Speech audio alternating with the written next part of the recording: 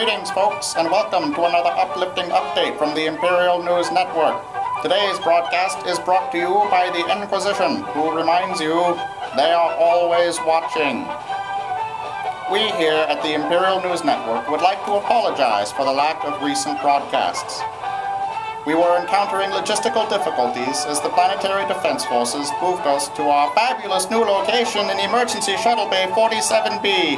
We're closer to the action than ever before. Now, back to our normally scheduled broadcast.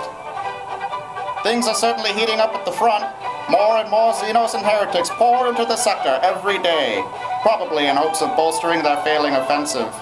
Enemies of every stripe are trying to pry Gothmos from the righteous hands of its defenders, which just goes to show you, just because the Inquisition is paranoid, doesn't mean everybody's not out to get us. So many foes have reared their heads, in fact, that High Command has issued new and improved conscript regulations for the outlying planets in the Gothmos system.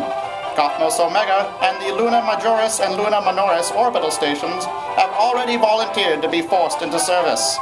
With Astartes and God forces making such impressive displays of power on these bases, surely the enemy will realize the folly of their attacks.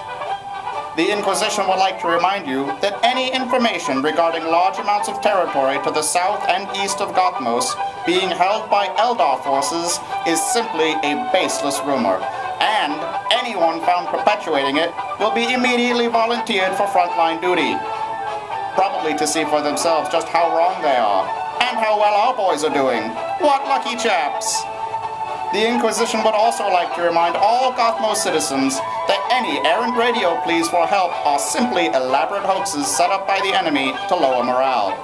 All such transmissions should be ignored and reported to your local Imperial Guard or Astartes base immediately. That's all the time we have for today, folks. Be sure to tune in next time when our man in the field, Chip Burgess, will give us a live report from the front lines. This has been an uplifting update from the Imperial News Network. And remember, everything is under control.